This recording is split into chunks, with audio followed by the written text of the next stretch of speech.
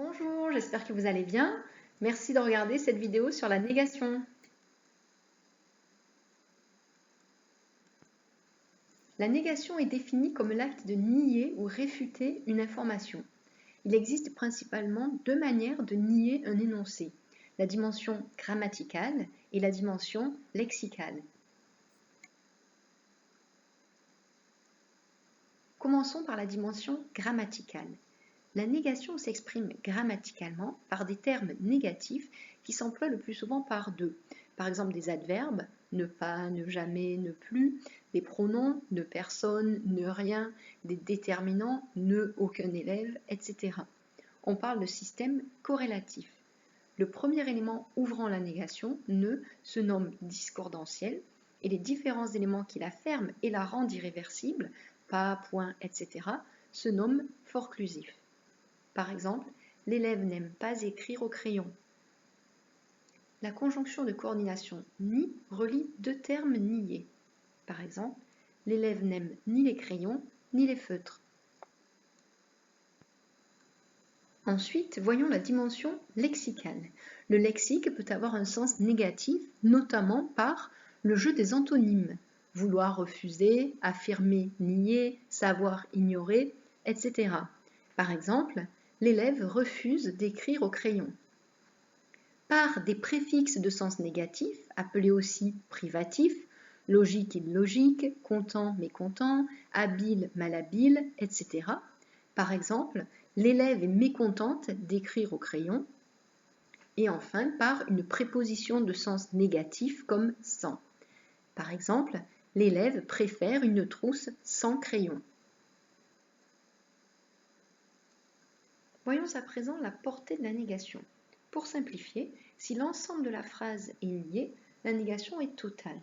Par exemple, l'élève n'écrit pas.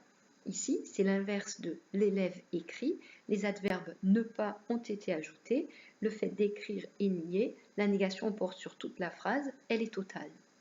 En revanche, si seulement une partie de la phrase est niée, la négation est partielle. Par exemple, l'élève n'a rien écrit. Ici, cette phrase s'oppose à l'élève a écrit quelque chose. Donc, c'est un élément précis qui est nié.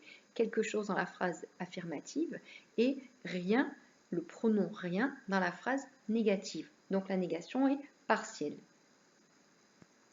Dans la phrase « l'élève n'écrit pas au crayon », la négation peut garder sa valeur de négation de phrase, donc de négation totale, mais n'affecter qu'un élément précis, un élément particulier. Ici, au crayon. L'élève écrit peut-être au stylo, mais elle n'écrit pas au crayon. Parfois, la négation porte sur le verbe, puis elle introduit une exception, souvent avec ne que. Elle est appelée négation exceptive ou négation restrictive. C'est l'équivalent de seulement. Elle soustrait de la négativité l'élément sur lequel elle porte. Par exemple, ce n'est qu'une petite différence. C'est l'équivalent de c'est seulement une petite différence. Parfois, ne est employé seul, avec un sens négatif, notamment pour les expressions héritées de l'ancien français où seul l'adverbe ne portait la négation, par exemple je ne sais quoi, et parfois sans sens négatif, c'est alors le ne explétif. L'adverbe ne est utilisé sans que sa présence soit obligatoire et il n'a pas de sens négatif.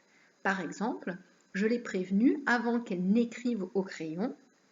C'est l'équivalent de je l'ai prévenue avant qu'elle écrive au crayon. Merci d'avoir suivi cette vidéo sur la négation. Je vous invite à regarder les autres vidéos l'engagement et n'hésitez pas à poser des questions ou faire des commentaires. Merci.